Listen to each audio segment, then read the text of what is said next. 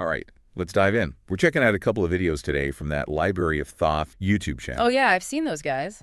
Yeah. So one is called You Were Never Actually Born. And then the second one is Your Soul Chose This Life Before You Were Even Born. Pretty deep stuff. Yeah, they're definitely not shying away from the big questions, are they? No, not at all. We're talking the nature of self, reincarnation, this whole reality thing, just like an illusion. Right, exactly. So big questions. And they use some really interesting analogies to get these points across. I like how they use that visual of like a wave in the ocean. Oh, yeah, that's a good one. Yeah, to explain this idea that our individual selves are kind of like these temporary forms, just rising and falling from this much larger consciousness. It's a cool image, right? Like, yeah. Almost makes you feel a little bit less, less solid. Yeah.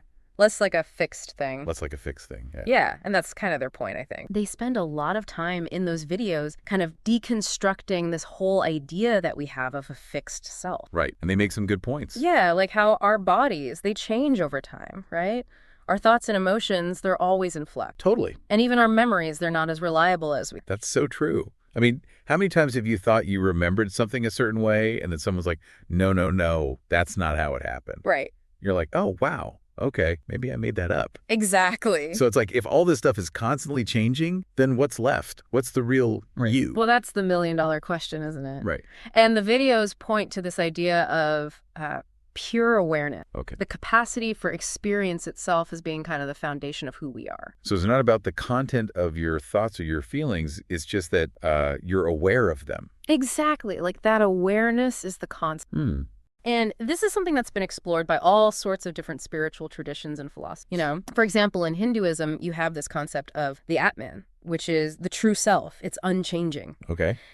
In Buddhism, there's this idea of Buddha nature. Right. Which is, that fundamental awareness that's in all beings. It's funny, though, even though intellectually it makes sense, this idea that everything's in flux. Yeah. We still cling to this idea of a solid me. Totally. Like, it's hard to let go of that. Yeah, it's almost like an instinct. It is. To hold on to that sense of self. Like, who would I be without this story that I tell myself about who I am? Right. And the videos actually argue that this attachment to a fixed self, it's actually what causes a lot of... Oh, really? Okay. Yeah. So what happens if we start to see ourselves differently then?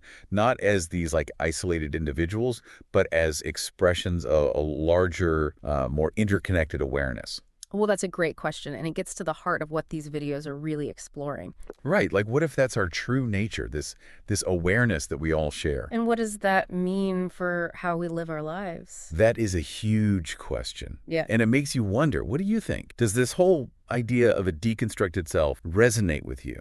Does it, I don't know, maybe even kind of freak you out a little? I think it's definitely something worth thinking about. For sure. And I think it's something that we're going to be unpacking more as we dive deeper into videos. Absolutely. So stick with us because we are just getting started. So, okay, we're not really these separate little selves running around. Right. Then what are we doing here? Well, the videos, they present this pretty interesting idea. Okay. About Earth being like a school for the soul. Oh, okay.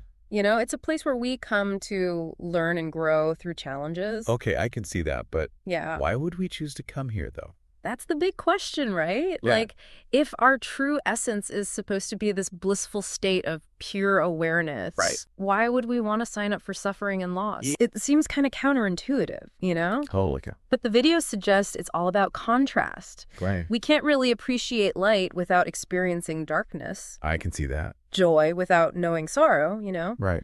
So each challenge we face, each difficult emotion, it can actually help us grow and understand things on a deeper level. It's like we need those tough experiences to polish our souls. Exactly, to refine our awareness. I like that. And that actually ties into another concept they talk about, the life review. The what? The life review. Okay. It's this process, they say, we go through after death. Okay. Where we basically revisit everything we did. Wow. And feel the impact we had on other people. Oh, wow. Like watching a highlight reel of your life, but with all the emotional consequences. That sounds intense. It is. They say we see the ripple effects of our choices. Oh, wow. Both the good and the bad. Okay. We experience the joy we brought others, but also the pain we caused. So it's like you get to see how your actions affected everyone around you. Yeah, and really feel it. Whoa. They emphasize, though, that it's not about judgment. Okay. It's more about understanding, how our choices shaped our souls.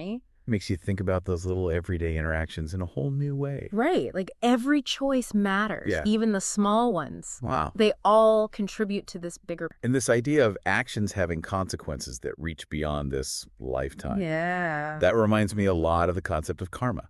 Exactly. It's very similar. Like what we do now echoes into the future. Right. And it shapes our experience. Sure. So it's not just about racking up good or bad karma points. No, it's deeper than that. It's about understanding the lesson behind those experiences. Exactly. Mm-hmm. And the life review, as they describe it, it really emphasizes that learning process. Okay. It's about seeing our lives from a wider perspective, understanding why we made the choice and how those choices affected not only ourselves, but other people too. It's almost like a cosmic feedback loop. Right. And it raises a big question. Okay. If we're all connected, Yeah. if our actions have this ripple effect that goes beyond our individual lives, how does that change how we think about responsibility? That is a really good question. And these videos, they go even deeper into this idea of the soul's journey with this concept of a reincarnation cycle. So we are talking multiple lives, past lives, future lives. That's what they're suggesting. Okay, wow.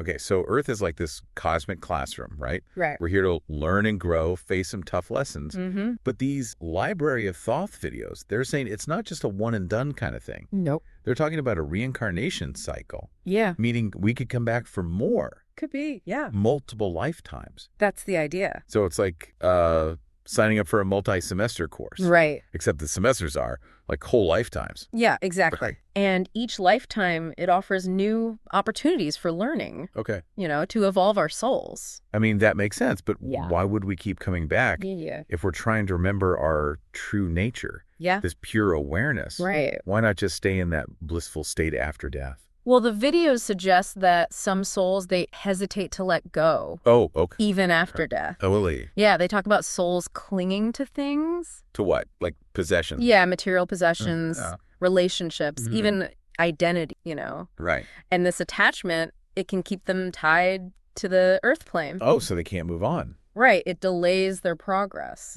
Interesting. It's like holding on to an old coat, Yeah. even though you've got a brand new wardrobe waiting. Right. Why would we hold on to those things? Well, the videos say it boils down to fear. Fear. Yeah, fear of the unknown. Makes sense? Fear of letting go of who we think we are. Fear of facing what we've done, And this fear, it keeps us in the cycle. So it's not like a rule that we have to reincarnate. No. It's more like our own hang-up. Right. They keep us coming back. Exactly. So the afterlife, it's not just one place then. No, they describe it as having multiple levels. Oh, okay, like realms. Yeah, different realms. Okay. And some souls, they end up in this state of purification. Purification. Yeah, where they confront the consequences of their action. Okay. They work through any negativity they're holding on to. It sounds kind of like a cosmic timeout.